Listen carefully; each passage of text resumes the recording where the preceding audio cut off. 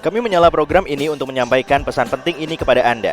Bumi sudah tidak layak untuk ditinggali, jadi Anda harus mencari rumah baru. Kamu langsung mendapatkan ide cemerlang untuk melamar pekerjaan sebagai astronot. Jadi paling tidak, kamu bisa menunggu segala hiruk-pikuk ini di Stasiun Luar Angkasa Internasional sampai umat manusia menemukan rumah baru, ya kan? Waktu terpanjang yang dihabiskan manusia di luar angkasa sejauh ini adalah 437 hari lebih beberapa jam. Dan luar angkasa yang kumaksudkan adalah ISS, karena manusia tanpa peralatan yang tepat di ruang angkasa hanya akan bertahan beberapa detik. ISS dirancang untuk mendukung kehidupan manusia di ruang angkasa untuk jangka waktu yang lama. Lebih lama saja, bukan selamanya. Stasiun ini disuplai dengan makanan, air, udara, bahan bakar, peralatan ilmiah, dan kebutuhan lainnya setiap 3 bulan. Tanpa adanya bumi atau manusia yang mengirim misi, garis kehidupan ini akan segera terputus. Stasiun ini adalah sebuah kapal besar yang bergerak menyusuri ruang angkasa dengan kecepatan lebih dari 28.000 km per jam.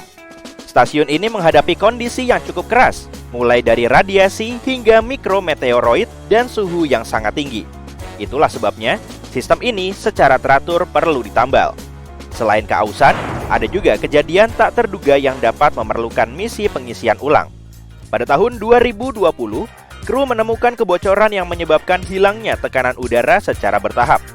Mereka akhirnya menemukan retakan di salah satu modul. Para kru berhasil memperbaikinya, tapi hal itu membuktikan betapa pentingnya memiliki suku cadang yang cukup di pesawat.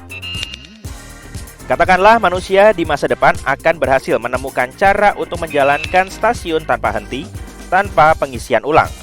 Astronot sudah mampu menumbuhkan tanaman di ruang angkasa di dalam kotak tertutup dengan lampu LED hemat energi.